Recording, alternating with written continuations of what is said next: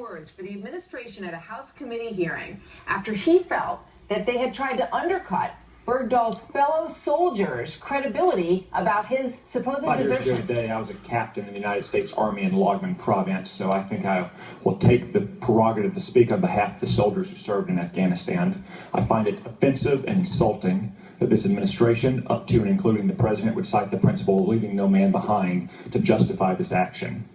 Every day in Ranger School, we recited the Ranger Creed that I will never leave a fallen comrade.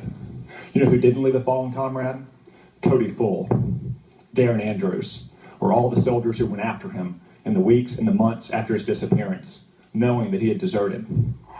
Joining us now, Republican Congressman from Arkansas, Tom Cotton, in the middle of a Senate race that is a very big Senate race in Arkansas, and we're going to take a look at some of that in just a moment. But I first want to welcome you, Congressman. It's good to have you here today.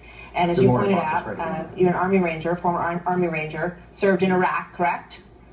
Iraq and Afghanistan. And Afghanistan.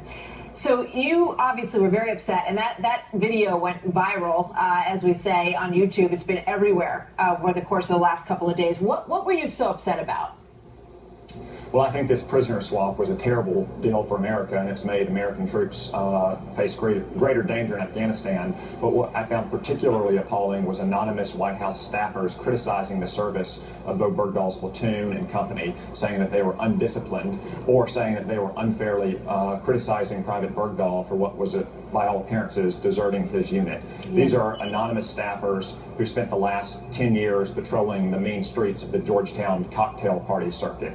The closest most of them could probably ever come to a gun is a water pistol at the White House Easter egg roll. So they need to come forward and speak in their own names, or they need to just thank the soldiers of Blackfoot Company for the service they performed and for keeping them safe in Washington, D.C.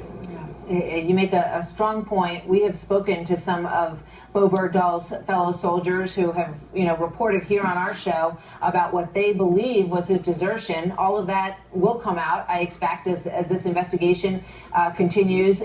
What do you think needs to be next for Bo Bergdahl? Well, I understand that he's still receiving medical care, and when he is medically cleared, his chain of command in his unit needs to decide whether to proceed with action under the Uniform Code of Military Justice. Like every American, to include soldiers, he deserves to have his day in trial if he's accused of wrongdoing. What does not need to happen is the president or his senior civilian leaders or general officers at the Pentagon exerting unlawful command influence. This case should go forward based on the chain of command in his unit, not based on the president's political considerations.